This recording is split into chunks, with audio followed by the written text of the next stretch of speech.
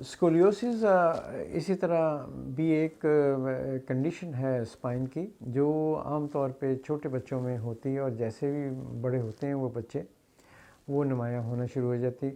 उनमें देखा जाए तो वो कमर जो है ना, बग़ैर किसी वजह के, बग़ैर उनके अंदर ना कोई पैदाइशी नुक्स होता है ना कुछ और होता है, मगर उनके मोहरों की बनावट जो है ना वो आहिस्ता आहिस्ता ख़राब होना शुरू हो जाती है। कमर उनकी टेढ़ी होनी शुरू हो जाती है, जो एक बड़ी कर्व या एस शेप कर्व की सूरत हाल इख्तियार कर जाती है, और आहिस्ता आहिस्ता उसमें दर्द, कद छोटा, और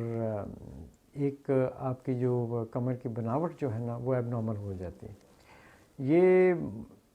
है मेजॉरिटी लोगों में या मेजॉरिटी बच्चों में कॉस्मेटिक प्रॉब्लम है, मगर इसके साथ कमर के जो हराम मगज़ है और नसें जो हैं वो भी मुतासर होती हैं, जिसकी वजह से बाज़ अवक़ात उनको दर्द, फालज या किसी जिस्म का कोई हिस्सा काम करना छोड़ सकता है। ये आम तौर पे प्रोग्रेसिव डिसऑर्डर है, वक़्त के साथ आहिस्ता आहिस्ता ये कर्व बढ़ती रहती है, पर्टिकुलरली जब वो बच्चे कद निकालना शुरू करते हैं, जैसे कुछ 6, 7, 8 साल की उम्र में या 10, 11, 12 साल की उम्र में बच्चों के कद निकलते हैं, वो ये मेल और फीमेल दोनों के, उन सालों में ये जो कर्व होती है, जो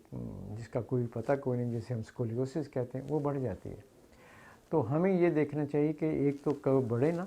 और दूसरा अगर बढ़ गई है तो उसको सीधा किया जाए, क्योंकि है चाहे कॉस्मेटिक प्रॉब्लम है, मगर इसके साथ बॉडी इमेज मरीज़ का अपने आप में बड़ा